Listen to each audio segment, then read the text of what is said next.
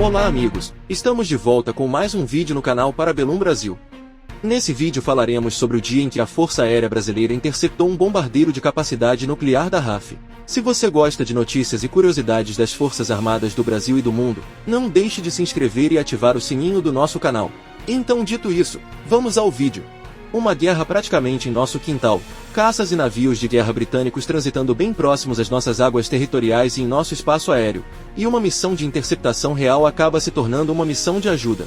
A história do dia em que a FAB, a Força Aérea Brasileira, conduziu um bombardeiro de capacidade nuclear Vulcan da Royal Air Force armado até o pouso no Galeão, no Rio de Janeiro. Para entendermos o que ocorreu há 41 anos atrás, no dia 3 de junho de 1982, precisamos saber que essa história começa no dia anterior, no dia 2 de junho, quando os 6 tripulantes do bombardeiro nuclear Avro Vulcan B-2, matrícula XM597, decolaram da Ilha de Ascensão, território ultramarino britânico e principal base de lançamento de ataques aéreos da Royal Air Force na Guerra das Malvinas, dando sequência naquela que seria a 6ª missão de bombardeio estratégico. Comandada pelo Major Neil McDougall, tinham por objetivo atacar o aeroporto de Stanley e suas imediações, nas Malvinas, a partir da Ilha de Ascensão, num percurso de mais de 12.000 km ida e volta e a uma distância de 2.300 km de João Pessoa, no estado da Paraíba e o ponto mais próximo entre Brasil e África. Essas missões exigiam um plano de reabastecimento em voo bastante complexo, e estão sem sombra de dúvidas, entre as mais longas e complicadas ações logísticas da história da aviação militar moderna. As missões, que totalizavam, acreditem se quiserem, incríveis 14 operações de revo, ou seja, reabastecimento em voo, realizado por 11 aviões-tanques Handley Page Victor, que também transferiam combustível entre si para concluírem a missão, que tinha cerca de 16 horas de duração. Armados com 4 mísseis antirradar AGM-45 Chirac, o principal objetivo do Vulcan XM597 era destruir os radares ANTPS-43 instalado pelos argentinos, sendo seu principal sensor nas ilhas.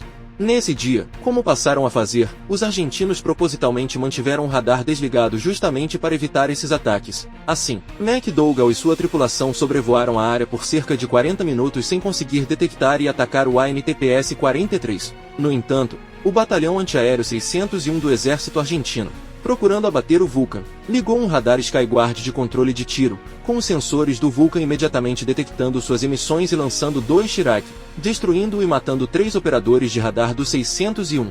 Após a incursão, já no dia 3 de junho de 1982, a sorte não estava mais com a tripulação do Vulcan XM597.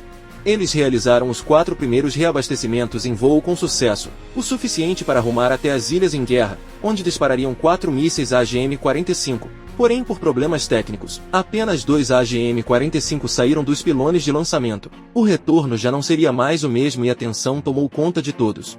A tripulação precisou refazer cálculos de alcance porque, ao contrário do planejado, voavam de volta com o peso adicional de 2 mísseis, com cada um deles pesando 175 kg.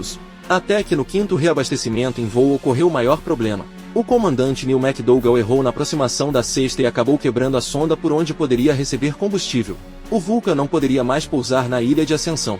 Eles agora se encontravam a mais de 600 milhas, ou 900 quilômetros a leste da costa brasileira. A única possibilidade do XM597 seria rumar para o Rio de Janeiro e tentar um pouso no Aeroporto Internacional do Galeão. O primeiro-tenente Chris Lackman, copiloto da missão e responsável por monitorar o consumo de combustível, fez os cálculos e informou solenemente que não apenas a Ascensão estava fora do alcance, mas se continuassem voando a 20.000 pés, ou seja, a mais de 6.000 metros de altura, o combustível não seria suficiente nem mesmo para chegar ao Brasil. Então McDougall subiu a 40.000 pés, a mais de 12.000 metros de altura, onde a atmosfera mais rarefeita ajudaria o Vulcan a economizar o máximo de combustível possível. E então os problemas começaram a se multiplicar, a falta de combustível para voltar ao destino, a improbabilidade de sobrevivência em caso de abandono da aeronave no meio do Oceano Atlântico, armamento real a bordo e documentos sigilosos. A primeira tentativa foi de resolver a questão dos armamentos. A perspectiva de aterrissar um avião de guerra britânico com capacidade nuclear e armado com um poderoso míssil em um movimentado aeroporto civil no Rio de Janeiro não era lá muito animadora. Então, após usar o radar do Vulcan para se certificar de que não havia navios na região, os 2 AGM-45 restantes foram disparados, mas só um deles efetivamente foi acionado, caindo no mar. 2 tentativas adicionais foram feitas, mas o míssil não saiu do lugar. Não tinham mais o que fazer, a não ser prosseguir com ele. Mas ainda os problemas da tripulação não tinham acabado, McDougall pediu ao capitão Brian Gardner, piloto reserva, para livrar-se dos documentos classificados, como códigos, informações sobre alvos, frequências VHF, UHF, mapas, planos e tudo que julgavam importante e sensível para a missão. Gardner pegou uma lata de ração, esvaziou e colocou nela os documentos junto com alguns objetos pesados para garantir que afundaria no oceano. A parte complicada seria descartá-la, com a impossibilidade advindo do segundo problema do XM597, ou seja, o pouco combustível. Entretanto, só há uma forma de entrar e sair de um Vulcan, pela escotilha sob o nariz, no piso da cabine. Mas a 12.000 metros de altura, devido à pressão, abri-la sem despressurizar seria mais ou menos como estourar uma garrafa de champanhe, com a tripulação fazendo papel de rolha. McDougall não podia descer pois isso aumentaria o consumo de combustível, e a essa altitude, a temperatura girava em torno de menos 40 graus Celsius. Considerando isto tudo, abrir a escotilha a 12.000 metros não era muito recomendável. Ainda assim, ele deu ordens para a tripulação vestir as máscaras de oxigênio e despressurizou a cabine. Cuidadosamente, McDougall desacelerou o máximo que poderia, e foi necessária muita perícia com os manetes na desaceleração. Gardner posicionou a lata de ração na escotilha, vestiu o cinto e operou o mecanismo hidráulico de abertura. O ar frio rugiu ferozmente para o interior da cabine do Vulcan. A 12 quilômetros da superfície do Atlântico, Gardner soltou a lata e a viu cair e imediatamente ser arrebatada pela corrente de ar. Puxou a alavanca para fechar a escotilha, mas não tendo sido projetada para fechar em velocidade e a grande altitude, ela se recusou a selar, impossibilitando a repressurização da cabine. Só assim foi possível garantir que tudo que pudesse se tornar um vazamento de inteligência fosse parar no meio do Oceano Atlântico, tudo isso sendo feito com os tripulantes tendo dificuldades até para se comunicar devido à despressurização, o que rendeu mais tarde ao comandante McDougall a Distinguished Flying Cross pela liderança e habilidade demonstradas ao trazer o Vulcan XM597 com segurança para o Rio de Janeiro. Finalmente, a tripulação do Vulcan acionou o controle do espaço aéreo brasileiro usando o código rádio ASCOT 597. Os militares britânicos, tentando disfarçar sua identidade e origem, descreveram que a aeronave era apenas um jato quadrimotor militar e não um bombardeiro de capacidade nuclear, afirmando ainda ao controle brasileiro que estavam com emergência a bordo e pouco combustível. O controle de tráfego aéreo brasileiro negou a entrada do ASCOT em espaço aéreo nacional, mas não tendo outra alternativa, McDougall seguiu conduzindo o avião ao galeão.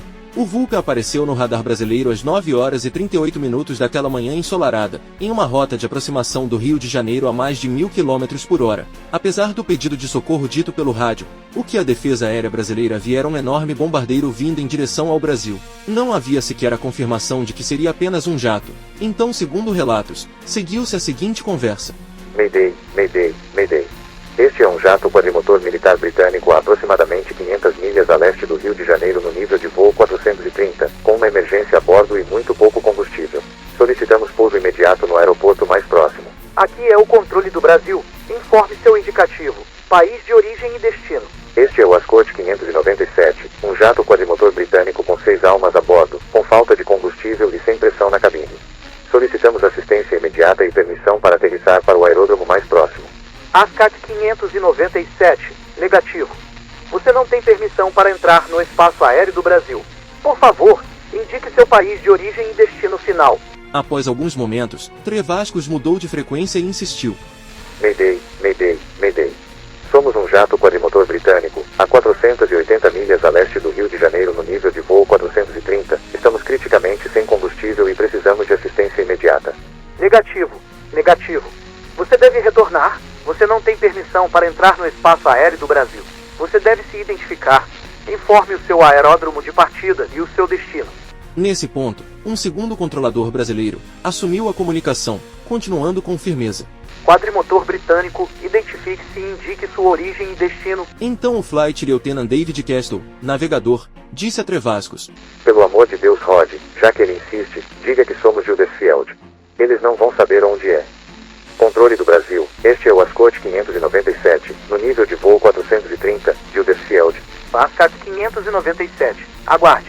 Ao mesmo tempo, sem que eles soubessem, quando o Vulcan se aproximou da costa brasileira passou a ser monitorado pelo SINDACTA, que é o Centro Integrado de Defesa Aérea e Controle de Tráfego Aéreo do Brasil, que acionou 2 caças Northrop F-5 Tiger do Esquadrão PIF-PAF sediado na Base Aérea de Santa Cruz, zona oeste do Rio, pilotados pelos então capitães aviadores Raul José Ferreira Dias e Marco Aurélio dos Santos Coelho, que estavam se preparando para uma missão de treinamento rotineira.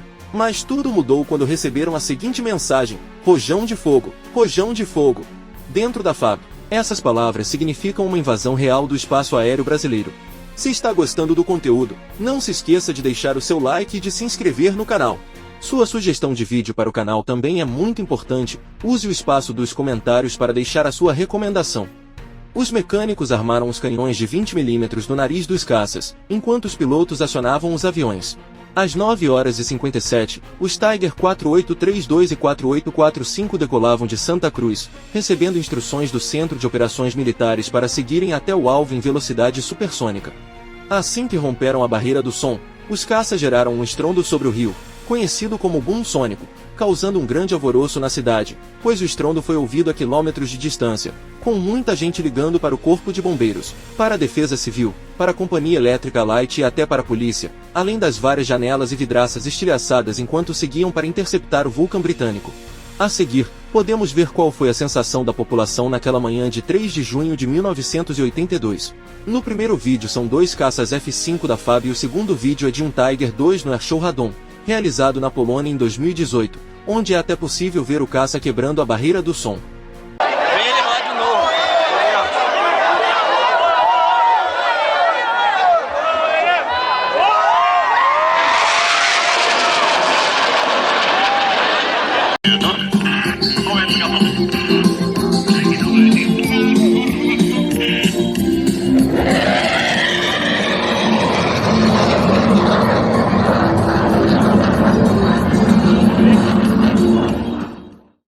Mais tarde, o então capitão Raul Dias, hoje major brigadeiro da reserva, em entrevista disse: o foco da missão foi o socorro aéreo, mas o acionamento não foi.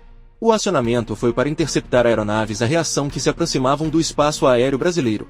Depois é que se transformou no socorro a uma aeronave que tinha tido problema no reabastecimento em voo. Ele estava acompanhado do capitão Marcos Coelho, que era seu ala, o hoje coronel da reserva, disse em entrevista: nós decolamos para o combate. A tensão foi elevada também porque o Vulcan manteve silêncio rádio durante quase toda a aproximação, e estava com o equipamento IFF desligado, que é um sistema de identificação amigo-inimigo. A defesa aérea também teve dificuldades em conduzir os F-5 diretamente ao local da interceptação, com os caçadores não percebendo e indo para um nível de voo mais elevado, o que resultou na necessidade de fazer uma manobra e se aproximarem do Vulcan por cima. Durante a manobra de dorso, o capitão Dias fez a confirmação do tipo de aeronave. Havia o conhecimento de que participavam da guerra e voavam por ali, mas nenhuma expectativa de que um deles viesse ao Brasil.